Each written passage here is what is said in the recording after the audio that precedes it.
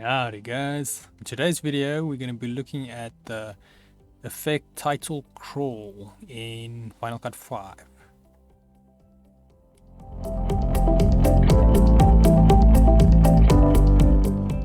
Today's video can be found on softwaretraining.co.za. We upload new videos daily and we have quite a variety of different softwares, so just go there to have a check out on what we've got. Otherwise, back in the program. Now, to create this classic Star Wars type effect, it is rather simple. The effect will be title crawl, and it's under your effects panel. So now, if we just quickly undo it here. So now, let's say you've got your text selected. Then what you can do is to locate it, make sure, like I say, your text selected. We go here to effects, and then we'll navigate down to title crawl. Now if we select this from the pop-up menu, we've got a few options, and make sure your auto preview is enabled. Now here we can see the effect it's going to have. So on top we've got angle.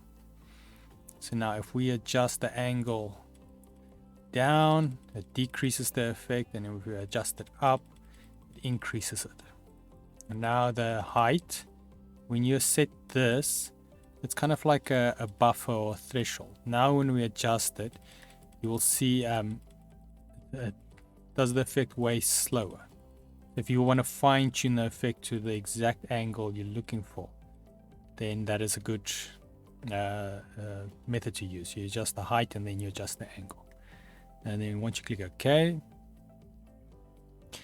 then your text will have the new effect. Pretty cool.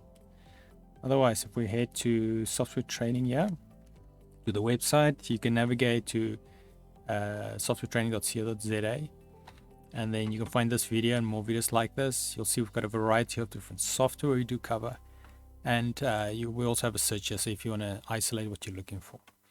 Otherwise, if you don't find what you're looking for, just request the training video and then we'll make it for you. Otherwise, thanks guys for watching, and cheers.